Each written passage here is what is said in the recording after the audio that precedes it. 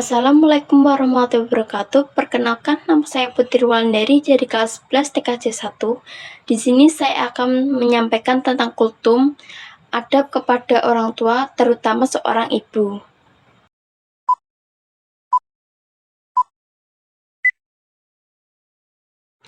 Assalamualaikum warahmatullahi wabarakatuh. Pertama-tama marilah kita panjatkan puji dan syukur kepada Allah Subhanahu wa Ta'ala yang telah melimpahkan rezeki dan karunia-Nya, sehingga kita dapat bertemu kembali dalam keadaan sehat tanpa kurang suatu apapun.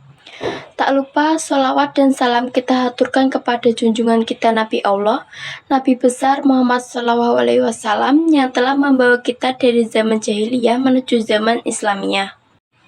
Hadirin yang dirahmati oleh Allah Subhanahu wa Ta'ala, pada kesempatan yang baik ini, izinkan saya untuk menyampaikan kultum tentang ibu. Allah Subhanahu wa Ta'ala telah memerintahkan kita untuk senantiasa berbakti kepada ibu atau orang tua. Hal ini tercantum dalam Al-Quran Surat Al-Isra ayat 23. Dalam ayat suci tersebut dijelaskan bahwa ketika kedua orang tua kita sudah berusia lanjut, maka janganlah pernah sekali-kali mengatakan atau mengucapkan kata "ah". Kita juga dilarang untuk membentak atau berbicara kasar kepada kedua orang tua. Kita dianjurkan untuk selalu mengucapkan perkataan yang baik kepada kedua orang tua kita. Sebagai seorang anak, kita tidak akan pernah bisa membalas kebaikan kedua orang tua kita, apalagi seorang ibu. Berkat pengorbanannya dan jerih payah kedua orang tua kita bisa hidup dengan baik di dunia ini. Dari kita masih bayi hingga tumbuh menjadi dewasa, ibu selalu merawat dan menjaga anak-anaknya. Ibu adalah sosok yang sangat mulia. Tidak hanya di mata dunia, Allah Subhanahu wa Ta'ala telah memberikan rahmat-Nya melalui ibu. Perjuangan dan pengorbanan ibu tiada terkira dan ternilai. Mulai dari mengandung, melahirkan, menyusui, hingga membesarkan anak-anaknya dengan penuh kasih sayang. Pepatah mengatakan kasih sayang ibu sepanjang masa.